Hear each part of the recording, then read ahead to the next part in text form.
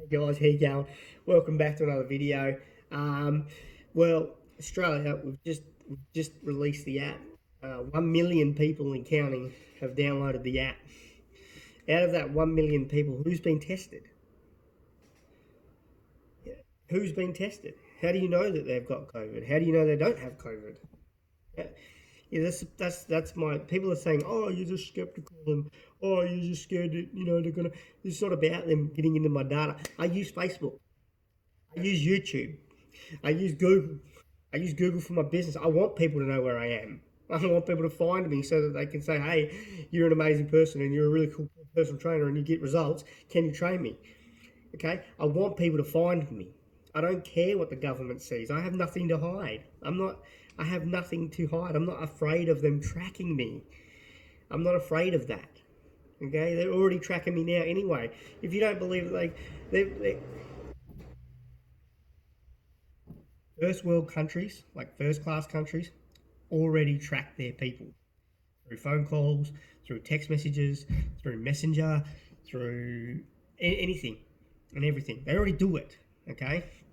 Because they have to, okay? It's national security because of terrorism. Remember that thing that happened?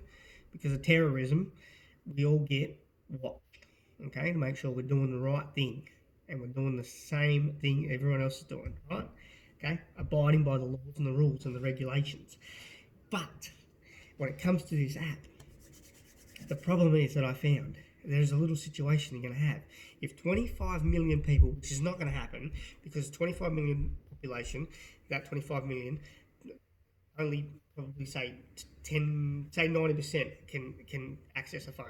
90% because the other 10% make up people that don't have phones and kids and stuff like that. My 7-year-old kid, not going to have a phone, not going to get tested, can't have the app, right? But for the other 90%, what has to happen is we all have to be tested. You can't. You there's no point. There is no point in me having the app and my neighbour having the app if one of us haven't been tested. Because what happens if I rock up to the supermarket and I'm standing in an aisle next to Bob, who I don't know, his name's Bob, right?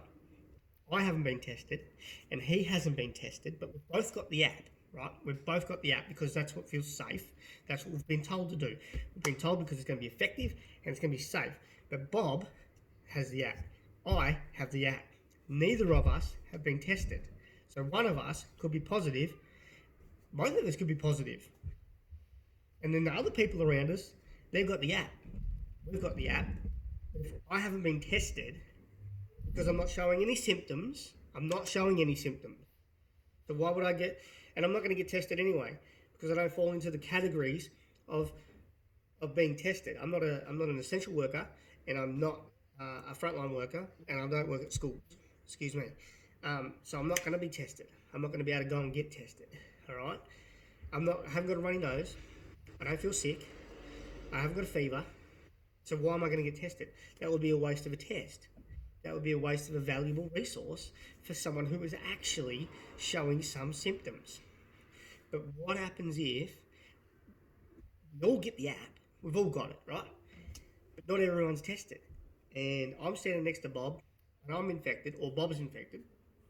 Now, I'm supposed to get an alert to say, hey, hang on a minute, if this person's been tested, right? Right, Bob's been tested, get away, right? And then we know that you've been in contact with Bob, or you've been close to Bob at the supermarket. So then you know that if you get sick, you can go, right, the last person I was near and I was alerted was Bob, because that alerted me to tell me Bob. I was near Bob in the chip aisle, in the chip and chocky aisle, right? We all love that all. But what happens if Bob hasn't been tested, but Bob's got the app and I've got the app? We're not going to get notified, are we? Because he hasn't been tested and I haven't been tested.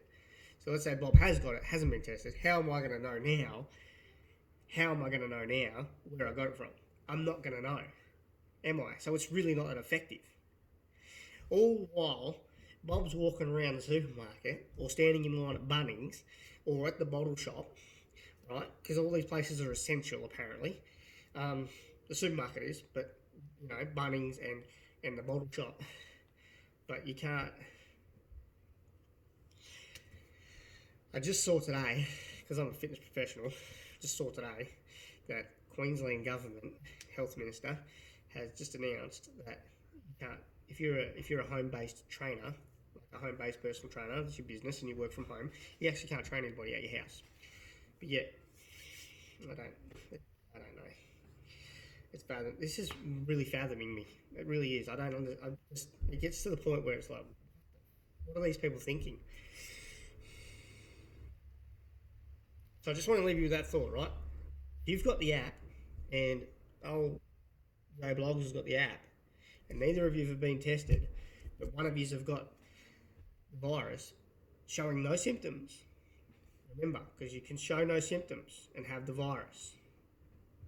That's the beautiful thing about this virus. You either get it and it absolutely wrecks you, or you get it and you don't even know you've got it. Isn't that a crazy fucking thing? Imagine that, having a virus and not even know you had it. I guess. So then how does Bob know where he got it from? Or how do you know where you got it from? So before you download the app, just ask yourself that question. Is it really going to be that effective? Because remember, you got to have your Bluetooth on. You got to make sure your Bluetooth's on when you leave the house, so that and you got to open. I'm pretty sure you have to open the app so that the app is continuously running in the background, so that when you're out and about, when you're shopping and going to the shop and going to Macca's and going to wherever you're going, the app's continually working, so then you can be notified in case you get close to someone who's great. If you come in contact with someone who's been tested, great. But the problem is 25 million people are not going to be tested. They won't do that. They won't. And I'll tell you why. It's because 25 million people being tested requires you to do that about 3 times between now and summer. Okay? We're in May, April. We're in the end of April, start of May, almost May. Right? So we've got to go through May, June, July, August, September. We've got to get through to at least September, and we've got to at least test 3 times each person in Australia. So that's 75 million tests. That's 75 million, okay? Which is not even fathomable, because you'd have to add another certain percentage on for issues like that test probably didn't work, or this person wasn't shown the virus. It would have to become and the logistics would be nightmarish. Imagine everybody in your local area going to the hospital to get tested by somebody.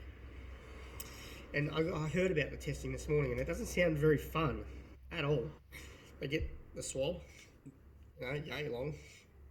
They put it in your mouth and swab it around. And then what they do is they take the swab out of your mouth and use the same swab and basically poke you in the brain with it. That's an overreach, okay?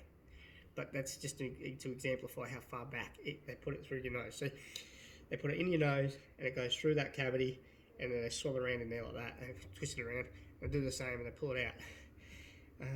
It makes people want to cry. That's the kind of testing they're doing. It's not a good test. No, I need a drink of water. But you've got to do that 25 million times. Plus, you've got to do that 3 times over to make the app worthwhile having. Because if not everybody's tested, how are you going to know? I could have the virus and not show anything. So that's my YouTube video for today. I don't see the app as being as effective as they say it will be.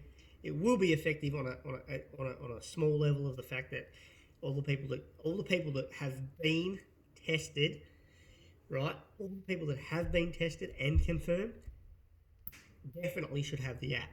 That should be a fucking no qualms. If I had COVID-19 and I was tested and I tested positive, and they said, hey mate, we need you to get the app so that when you go to the supermarket when you're recovered, people know you've had the virus, and they know that they've been in contact with you before, or they've been in contact with you after you've had the virus, okay?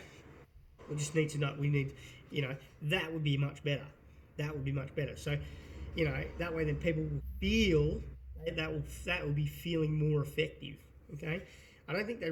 I mean, I think they poured all the effort into making sure they didn't make it scary to have it, as in like biosecurity and all that other, in making sure that our phone numbers weren't getting stored on a separate server and hackable and all that sort of stuff. So they wanted to make sure the encryption was pretty rock solid. But I think they poured too much effort into that and not really thinking about, hang on a minute, we might have to test everybody. And if we can't test everybody, then how is it going to be effective? Let's make it effective as everybody gets the app. Yep, great. But everybody who tests, you got to test it. It still comes back in my brain. You got to test everybody. You got to test everybody. You got to test 25 million people. And you've only tested what, 200,000? I think tops. That's tops. I don't even think it's at 200,000 yet.